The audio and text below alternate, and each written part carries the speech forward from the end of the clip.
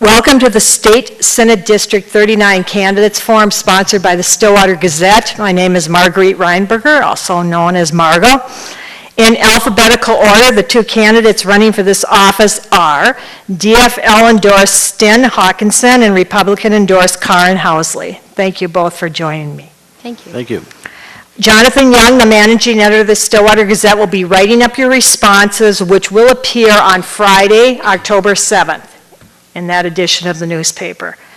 During this 45-minute forum, both of you will be invited to give up to a 1.5-minute opening, a 1.5-minute closing, and up to 1.5 minutes to address questions. A 1-minute rebuttal will be allowed if your opponent refers to you directly or indirectly in his response, but I can also initiate if I want to offer a rebuttal, but you can ask me to, and I'll make the final decision whether to allow it or not. Paige Johnson is the timekeeper. She will hold up cards that say 1 minute, 30 seconds, 15 seconds, and stop. Timing will be strictly enforced. If you saw me in the earlier forum, I will cut you right off. So, when she yells stop, that's the end of it, and I'll just move right on to the next person. The Stillwater Gazette has provided the questions that I'll ask in order to avoid any potential set-up bias against a candidate when you have to ask and solicit. It's happened. I've actually set others up, so I know it can be good and it can be bad.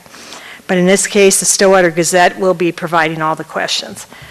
However, please make yourself available if candidates call you, if they come up to you, and address issues that I certainly will not be able to get to all of them that are important to them in deciding whether to vote for you. Finally, please save your applause and refrain from making any noise, including whispering. The order of who talks first and last is determined in the forms that I do as called reverse alphabetical, which means Karen Housley will be the first to do the intro, answer the first question, and the last to do the closing. Okay? And that's because of the HO versus the HA. Let's begin with the 1.5 minute opening statement. Karen Housley, please introduce yourself. Or sorry. Oh. No, hang on. You good? Yeah, I just want to make sure I get this, I do this fairly here. Yes, Karen Housley, introduce yourself. Okay, that would be me. I'm Karen Housley. I am currently serving as your state senator. Over the last 4 years, I have listened to thousands of residents of our district, which includes starting at St. Mary's Point, excuse me, at the southern end of the district, going up along the St. Croix River through Bayport, Stillwater, up through to Marine, Scandia, Franconia, Schaefer, over to Forest Lake, and including Lake Elmo Grande and all of the other municipalities and towns in that region. I am married with 4 children. They're all graduates of Stillwater High School. I've got 1 grandchild who lives in Oak Park Heights with his parents. I'm a small business owner. I own Karen Housley Homes at Keller Williams Premier Realty since 2001.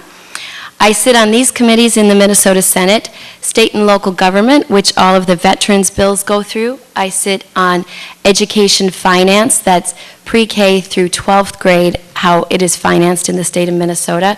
And I also sit on the Commerce Committee, which is insurance, banking, real estate, and the liquor bills.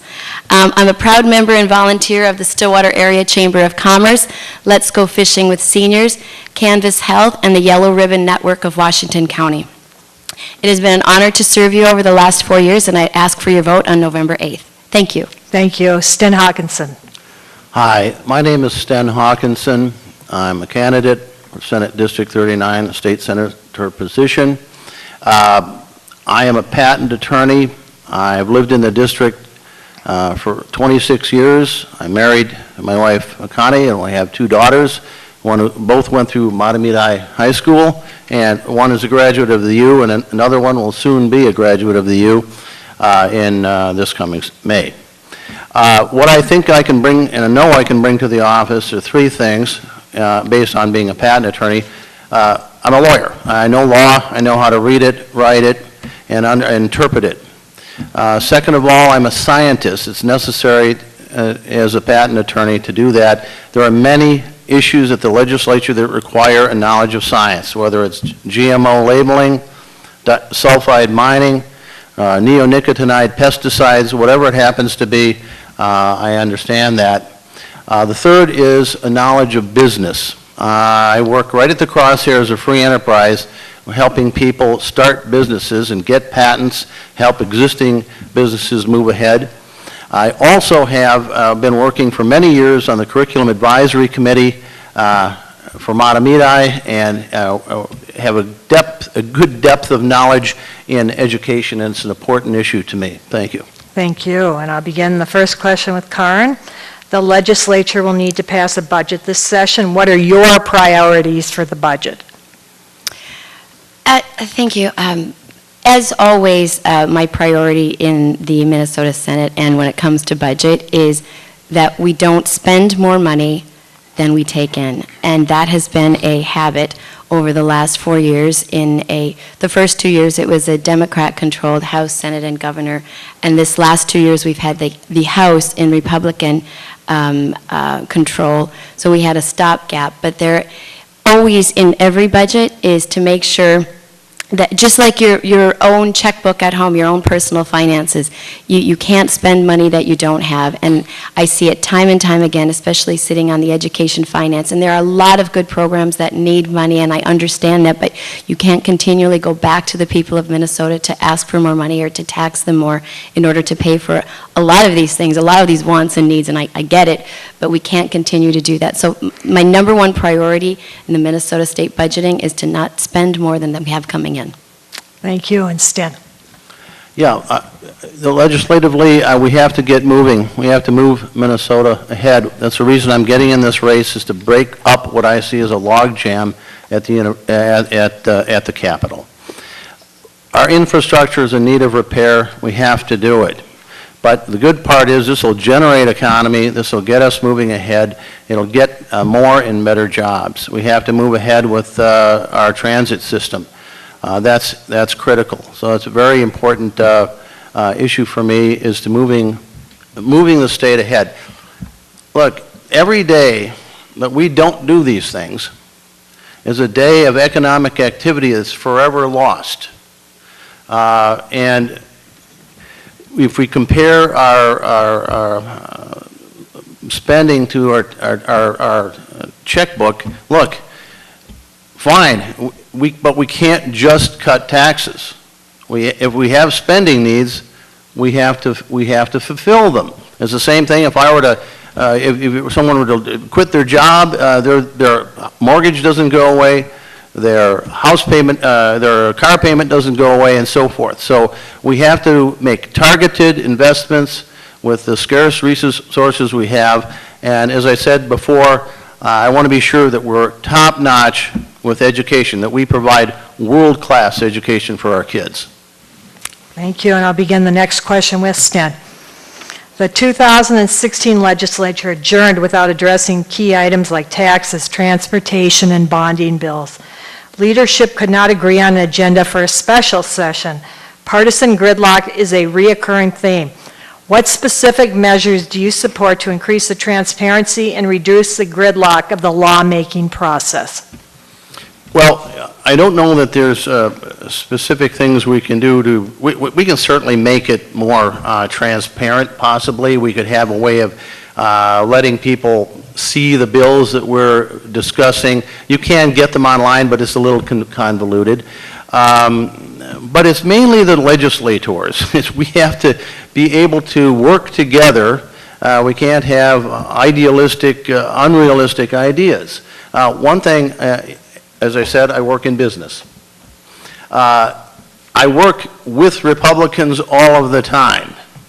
I know that I can work with people and come to a compromise on things. This is what you have to do. It's part of what you learn as an attorney, really, is to negotiate well. And I think I'm also good at teaching, helping people to understand things. Even patent law. Today, I, in fact, gave a seminar on patent law to business professionals. So that's the point, is we have to get to work together at the legislature. I have, and I think I can bring a wealth of knowledge and help them understand, in particular, as I said, scientific issues and financial issues, and move the state forward. Thank you, and Karen. Thank you. I'm going to use a real estate analogy because it's easier to understand in this example. And in real estate, you have a house for sale, and you have a seller who wants to sell it, and you have a buyer who wants to buy it.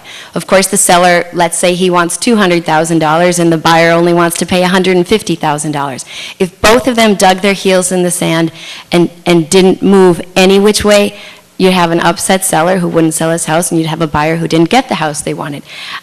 Through the years of negotiations and patience and learning how to read signals and people, you end up with a win-win if the seller is happy accepting $175,000 and the buyer is happy with paying $175,000. So I brought that to the Minnesota Senate and used the same sort of sales techniques and reading people. And in 2015, now being in the minority in the Senate as a Republican, in 2015, I had the highest percentage of bills passed in the Minnesota Senate. And it was because I knew how to reach across the aisle and work with the Democrats. And they actually helped me on a lot of them and helped push them through their caucus and then eventually signed by the governor. So I think gridlock can be broken. It's just not digging your heels in and making sure you're listening to the other side and reaching across the aisle and working with them. Thank you, and I'll begin the next question with Karen. The recent U.S. win of the Ryder Cup in our state put us in a good media spotlight. However, the media has also spotlighted Minnesota's racial tensions, especially in relation to police use of force. The shootings of Philando Castile and Jamar Clark highlighted this issue, and Black Lives Matter protests have shut down major highways to bring attention to their concerns. What can or should the state do to address tension between minority communities and law enforcement and to ensure a better outcome, if any, for all? Well, two things. We need to work with our local law enforcement and support them because they have one heck of a job out there with all of that tension. And secondly, with the shooting, and when the protests, and I got many calls on this one, when they were shutting down the freeway, that also creates a potential for more disasters. So we need to help our law enforcement to support them in doing their job. And also, I think we need to have stricter penalties for when they take radical steps from blocking freeways. Thank you, and Sten. Well, I just wanted to ask Karen one thing based on that last question. You say the highest percentage. I understood you had 4 bills passed in 4 years. And they had down in terms of bills authored, 4th lowest in the Senate. So I wondered how you figured that percentage. Go ahead. Okay, good. Well, I can tell you I've co-authored many, many more of those. I also know that in the Minnesota Senate, especially on the Democrat side, they would author bill after bill after bill after bill, knowing it's not going to go anywhere. I'm smart enough to know to put my time and energy into things that are going to go places and pass and change things here in the state of Minnesota. So I don't frivolously throw bills out there and waste everybody's energy. Sten, back to my question. Right. The community, we need, and we're working on it, to have better relations, better dialogue, better training at the police department. So better dialogue with the community and better training so they have a more understanding of what's going on. Clearly, this is a movement that, has some basis in reality. But for the fact that the person was black, I think in many cases the outcome would have been different. So people are saying, well, look, our lives matter too, and I get that. But I think that the best thing we can do right now is to work with the police force, make sure that there is good relations, dialogue, and also have some more training for the police officers so they get in these tight situations that they don't have what looks like an easy trigger finger. Thank you, Sten. I'll begin the next question with you. Minnesota's overall taxes are among the highest in the country if you put them all together in congregate. The tax and spend debate is at the core of setting the state budget. What is your formula in terms of tax and spending policies to strengthen our state's economy? Well, one of the areas that I like working with businesses is, and especially with entrepreneurs, people starting out in business, it's tough, it's expensive, and it's really risky. So I think that we could look at the reduction in the personal service income. As we understand, well, I think most people know, income in small corporations, S Corp, LLCs, is passed through as ordinary income. And then we have a tax rate in Minnesota of approximately 5.35 to 7.85, I believe, percent. Now we can't legislate the federal tax rates, but there might be something we can do to provide a tax break for that person that's starting a new business because they're taking a big risk. We can't lose sight of the ball. We want the company to get up on its feet, running, and so it's strong, can pay full taxes, but hire people when we get jobs. So, and besides, that we weren't depending on that money. That money didn't exist prior to the person starting it, so we're losing money by giving them a tax break. That's silly. We can absolutely afford to give them a break so they can get up and going. Thank you. Karen. Thank you. I think it's interesting, Sten, that you say we should start up businesses here in the state of Minnesota, yet we have the 4th highest business tax here in the state of Minnesota. We are behind California, New York, New Jersey, and then Minnesota. People don't want to start businesses here in Minnesota. They would rather start them in a much more tax-friendly state. We also have the 4th highest income tax here in the state of Minnesota. We are behind California, Oregon, and Hawaii. So Minnesota does need to do a lot of tax reform. We are losing businesses left and right to other states. They don't want to stay here, which turns the whole economy down. You lose State Farm Insurance, you lose Delta Airlines, they move out of the state. Those people move, their houses are now for sale. We had the housing crisis when all of these companies chose to move out of Minnesota. Medtronic moved overseas. So we have to make Minnesota a much more tax-friendly state than we are right now. And I will work to reform that in the Minnesota Senate as I have the last 4 years. Sten, I'd be happy to offer you a minute rebuttal. I'd like to respond. Minnesota is a great place. This is where Fortune 500 companies come. Yeah, we have incrementally a little bit higher tax, but if you look at the tax rates across the nation, they're varied by percentages. It's not, we have a great place to live. Companies come here because they have a trained workforce, and that comes from having good schools, and that comes from having some tax revenue. So if you look at the states that have higher taxes, you often see states that are doing very well, thank you very much, lower unemployment and so forth. So it's really a misnomer that, we're high tax in a bad way. We're about 33 out of 50. No, I think we're doing a very good job. Certainly we can adjust some business taxes, but don't look just at the rate, look at the fact that there are deductions as well from that, so the effective payment is not usually the rate. Thank you. In 2010, 30 seconds. In 2010, we were 42nd, and in 2016, we are 47th. I'll begin the next question with Karen. During the last session, legislators generally agreed that additional funding for roads and bridges is needed, but they didn't agree on where the money should come from. How do you think the state should fund roads and bridges? For example, would you support a gas tax increase, or do you have a different approach? I have a different approach, thank you, Margot. I do not support a gas tax. We already have a gas tax. We don't need any more gas tax. The House Republican caucus proposed a bill in 2015 where the funds would come from a tax that's already out there on automobile service and rental cars. There's enough in that pool to cover our roads and bridge expenses for the 10-year plan. They sent it over to the DFL-controlled Senate, and they sent it back with just adding a gas tax. So I am, and you know, other states actually take it out of the general fund. We don't here in Minnesota, but there's definitely enough money in there that we could allocate some of the general fund. What we don't need to do is to add another tax to pay for our roads and bridges because the money is already there. Thank you. Sten. Well, I'm not, I'm not certain that the money is there. We have a great deal of work to do on our infrastructure. We haven't had a gas tax increase for quite a while, and we're not doing it just for the sake of raising taxes.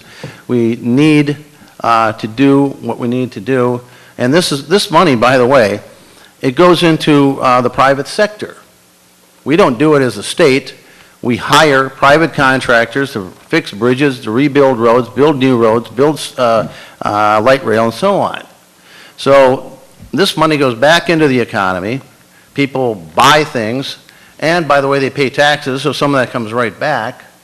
So it's not as dire a situation, or as, I don't see that we have the money from the general fund or from these other taxes to do really the job in a substantive way. If there's something available in the general fund, maybe we can do it as a one-off thing, but I think we just have to, it's fair to base it on a use of the roads, and gas is tied to that, so. Sten, I'll begin the next question with you. Funding for the proposed Southwest Light Rail line was a sticking point during the last session. What are your views on the Southwest Light Rail and other proposed mass transit projects, including the Gold Line, a bus rapid transit line planned between St. Paul and Woodbury? Sten. I think I've always been in favor of light rail and transit. It's a way of growing the economy. It's going to do great things for University Avenue, and it gets us away incrementally from depending on cars and polluting the air.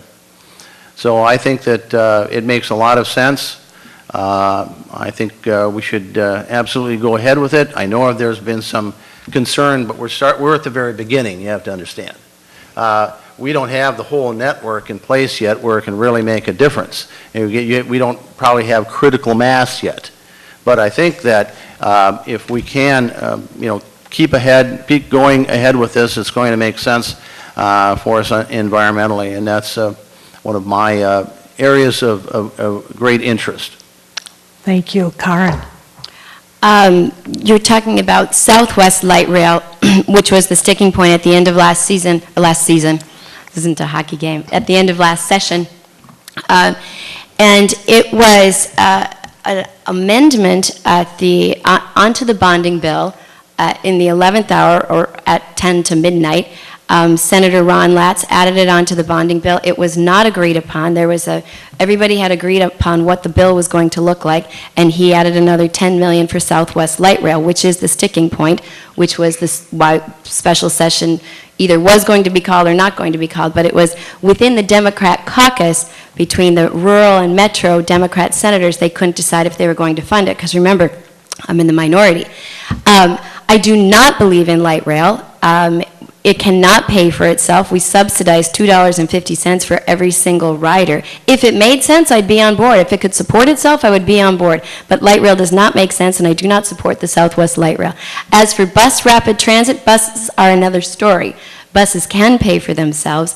I did author the bill, which passed, for the study, to study the Gold Line coming out here to the East Metro. So I do support bus rapid transit and not light rail. Okay, thank you. I'll begin the next question with Karen. Local educators have continually asked for increased funding for K through 12 education. On a grading scale of A through F, what overall grade would you give our current public school K through 12 education in our state, and under what conditions, if any, would you support a funding increase? I would not support a funding increase. First, the grade. Oh, I knew you were going to make me do the grade. I'm listening. All right, well, I can tell you, I don't know what kind of grade do you want to give to... Overall, no. Overall, we fund the highest per student in the country, one of the highest in the country, yet we have the lowest minority graduation rate for minorities in Minneapolis Public Schools. So if you want to do it in that sort of scale, when we spend so much money and we have the lowest minority graduation rate, I would say that would be an F. Yeah. But you go out to other districts and other areas of education, and I would give us an A. But I do believe, especially sitting on education finance, there are a lot of good programs. What we need to do is go back in and be very efficient with where we are spending our money. I think there are some programs that are out there that are being continually funded year after year on autopilot, and they aren't working. So I think we need to go back and look at some of those, and then look at the programs that are working and fund them more. So I would say overall, I'd give us a C. We're an A in some, and then we're an F in the minority graduation rate. Thank you. And Sten? Well, I support teachers 100%, and they work hard. And they do a great job no matter what neighborhood they're coming from and where they're teaching in. I would give them an A for effort. Do we have problems? Yeah. But it's really about money. Most things are. Affluent districts do well, and ones that aren't so affluent don't do as well. So there's a funding gap that is pronounced. So we have to do what we can to help school districts that are struggling. And if it's going to require some extra money, I think that is money well spent. We want to be sure that we get everybody graduating high school at least who is capable of doing so. And I think there should be no permission of dropping out before the age of 18. Because a dropout who doesn't have a high school education, let alone vocational training or college, is going to be stuck. And many times they end up on the wrong side of the law. So investing in our kids is about the best investment we can make, and is the absolute last place we should be doing any cutting. So your overall grade, current system is? Well, I said I give it. No, we heard some piecemeal stuff now. I'm talking overall. Overall grade, I'll talk about the system as it's set up. We're Just a probably, grade. We're probably at a B. Okay, appreciate that. Sten, next question. Governor Dayton has advocated for more pre-K education funding, and the state now provides grants for pre-K programs in some districts. Do you support this approach? What, if anything, would you do differently in terms of state pre-K funding? Well, I think pre-K funding is fantastic. That's the best bang for the buck that you can possibly get. Many studies have shown that even waiting for kindergarten can be a problem. If kids can have the opportunity, before kindergarten, preschool, to get some education, to get some working together, to maybe get a nice breakfast or lunch, this can help a kid greatly, because there can be an achievement gap already by kindergarten. So I think that the pre-K investment is a no-brainer. I think it'll pay back several-fold. Thank you. And Karen? Thank you. There are some great programs out there for you to get pre-K scholarships. This is one of the issues I have with state mandates. You have the state mandating pre-K for all the districts in the state, and only giving you so much money, which is never enough money to cover pre-K because it costs money for those nice lunches and breakfasts. So the state gives you a certain amount of money, what they do with so many other programs that they mandate, yet the districts are stuck having to pay the rest, which they also didn't ask all of the districts, do you want pre-K? A lot of the districts have no room for pre-K in their building. So they're having to juggle the students, move 6th grade up to the middle school, and then 9th up to the high school. So anytime you have a state mandate like that, it doesn't work. And the funding needs to come from somewhere, and it always ends up coming out of the school district's general fund and taking away from the students' curriculum, which I agree. I think pre-K programs are wonderful, but there are scholarships out there for that, and it shouldn't be mandated from the state.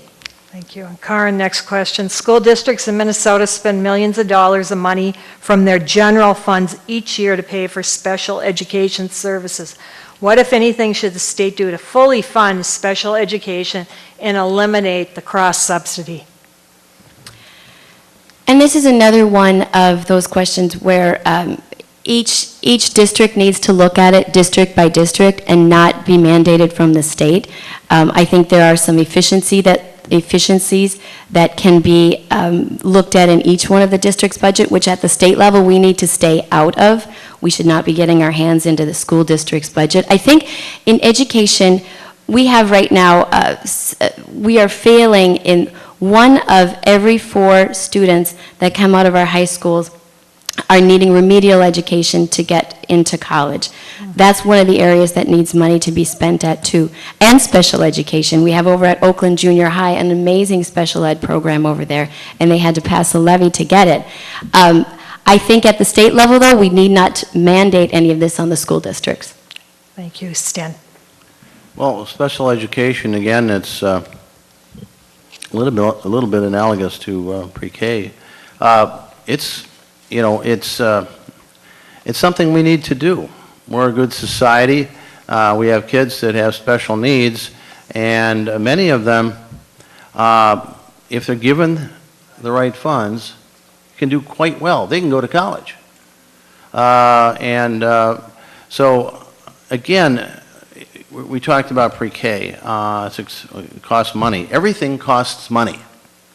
But what really costs money is not doing anything about it. Waiting and thinking, making excuses, sitting on our hands. Oh, the district, someone has to pay this, or that's the problem, or we don't have the room. Look, America is less than 5% of the population in the world. We have almost 25% of its inmates at $50,000 a year per inmate. We could send them all to Harvard.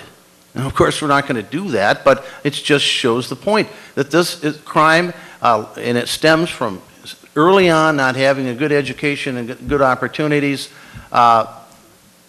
It's a great investment. It'll pay back. We just have to have the faith in ourselves and in our economy and our system that it's going to work. Thank you, and I'll begin the next question with you, Stan.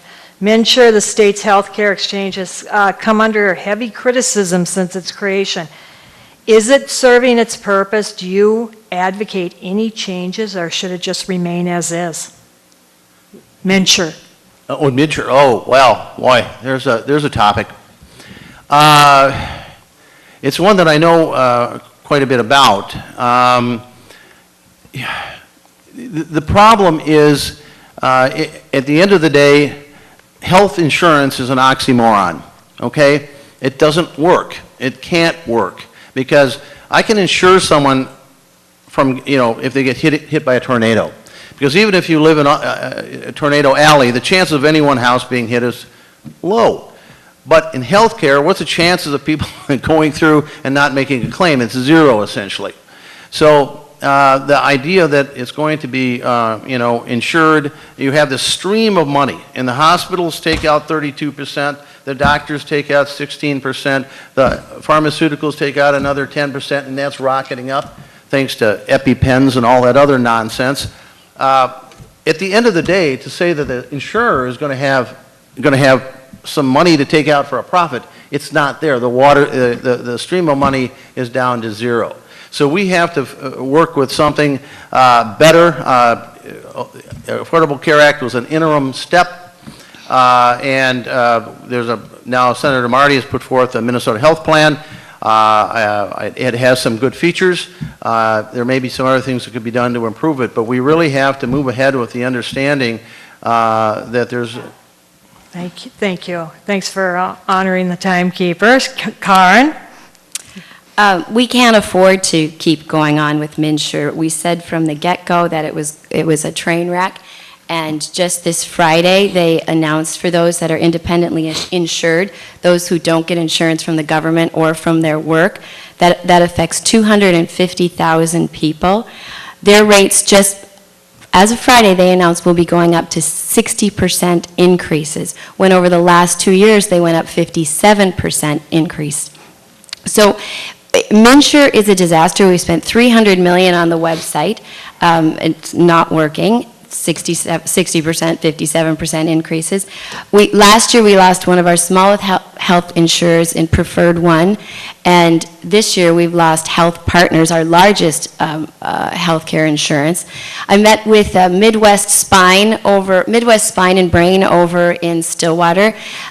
Blue Cross, just as of last Thursday, sent them a letter and said that they will now not be covering any of their 9,000 patients at Midwest Spine and Brain because they can't afford it. So Midwest Brain and Spine had to send out letters to their 9,000 clients, and it's not just them that this is happening to. This is happening to other clinics all across the state. So MNsure is a disaster. We need to scrap it and start over. I'll begin the next question with you, Karen. Should the state mandate paid family leave? If so, should all sizes of employers have to comply? And how might a program be financed? This bill came up in the Senate last year in the legislature. It didn't go anywhere in the House, but we heard it in the Senate. It's another one of those really great ideas, but how do we pay for it? Everybody would I would have loved to get 12 weeks off after I had each one of my children. I don't know who would have paid me to get the 12 weeks off. I don't know if it's the taxpayer, but 40 hours or 12 weeks off, and who ends up paying that? You ask all of our small businesses, you're going to lose so many employees. And again, I think it is a really, really great idea, and I would love it. But I don't believe that the state should mandate that. Businesses should be able to operate freely. And some businesses do offer 12 weeks off to those who need it for family leave. And more power to them. And if people want to apply for those jobs, then go ahead and apply for them. But the state should not be mandating any of our businesses to have to provide paid family leave. Sten. Well, every modern Western nation has a better setup than we do, and they provide for paid family leave, and so I think that's something we can do. Now, there's a limited amount we can do in the state legislature, because obviously when the federal government decides to spend money in an unlimited manner on warfare, and we have a great deal of poverty in this country that costs money, and we don't tax fairly. So we have, it's left to the middle class to pay for things, and it's very difficult. But I would like to see us look at this closely. I know it's something we can do. Other countries do it. And I think that'll be, viewed positively once we get going on it, because we will have, a desirable state for people to work and live in. Thank you. Sten, next question. Do you feel that state retirement programs should be reformed, and if so, how? Well, I think, the retirement programs are been doing a good job. I hesitate to, when we promise somebody something, we don't pull the rug out from under them. So I don't see any need to change the situation we currently have. Thank you. And Karen? Para and TRA came down to meet with me last year at the Capitol. And it was interesting to learn about the pension plans because it gets very complicated. And we did end up giving them an increase, but we can't put it on autopilot because we will bankrupt. So, and it was the St. Paul teachers, they came down also. But I think it does need to be reformed, because if it keeps going the way it's going, we will run out of money. Thank you. And now we'll begin 1.5 closing statements, starting with Sten. Well, thank you very much for all of you coming this evening, and the Stillwater Gazette for hosting this event. Appreciate it. I'd like to say that, reiterate again, I can bring things to the legislature that I think are important. Knowledge of law, of science, and of business, and of education. And the reason I'm getting into this is, again, to reiterate, I want to see things moving ahead. I want to change the psychology down there of continually talking about what things cost. Life costs money. And that's a reality. We only have a limited amount of it, understood, but we have to be smart about how we invest it. And that was the mindset we should take. Not that, it costs this, and not forget what this buys us. When you buy a stock, you don't talk about spending money so much as you're talking about investing it because you want it to grow. Not everything works, but we have to have the mindset that we're investing in our future. And that's why I have gotten into this race. I care about, of course, my family, and I care about everyone else in Minnesota, and I know we can do a lot better. We have to start being forward-thinking. Thank you very much. Thank you. And Karen. Thank you, everybody, for coming, and thank you to the Stillwater Gazette, and thank you, Ms. Reinberger, for providing us being a great moderator.